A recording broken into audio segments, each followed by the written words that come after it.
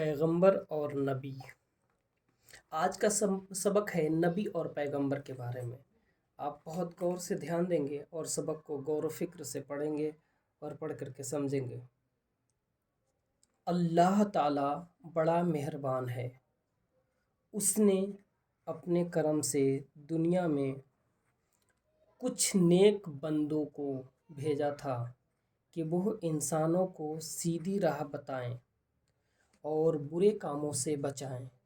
یہی نیک بندے پیغمبر کہے جاتے ہیں۔ دنیا میں بے شمار پیغمبر تشریف لائے، ان کی کوئی تعداد نہیں ہے، بے شمار ہیں، ہم شمار نہیں کر سکتے، اس لیے یہاں دیا ہے۔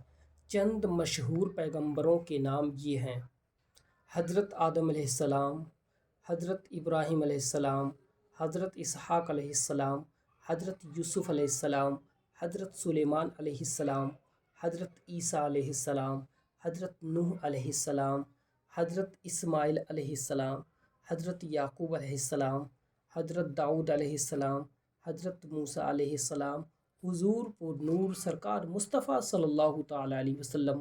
سب کا ایک جا اکٹھا کریں گے تو بہت موٹی کتاب بن جاتی، اس لیے مختصر دے دیا ہے تاکہ ہم لوگوں کو پہچان ہو جائے اور ہم جان لیں۔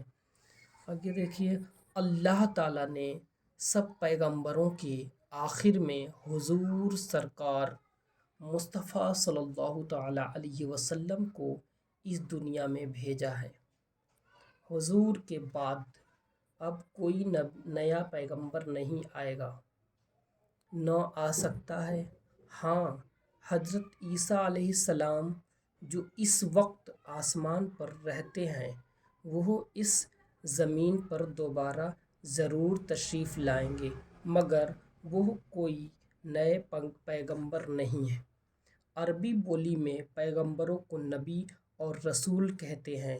جب کسی نبی کا نام لینا ہو تو نام سے پہلے حضرت کہو اور نام کے بعد علیہ السلام کہا کرو۔ اس سبق سے ہمیں کئی باتیں ملتی ہیں کہ نبیوں کے نام کس طریقے سے نام لینا ہے، اور حضور محمد رسول اللہ صلی اللہ علیہ وسلم آخری نبی ہیں، ان کے بعد کوئی نبی نہیں آ سکتا۔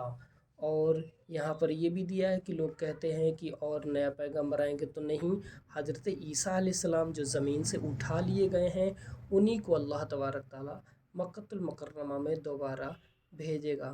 تو آپ لوگ اس کو غور سے پڑھیں اور پڑھ کر کے سبق کو یاد کر کے اور دوسروں کو بھی بھیجیں تاکہ اس سے درس عبرت حاصل ہو، اور سیکھیں اور سکھائیں۔ لائک، سبسکرائب کریں، شیئر کریں، انشاءاللہ۔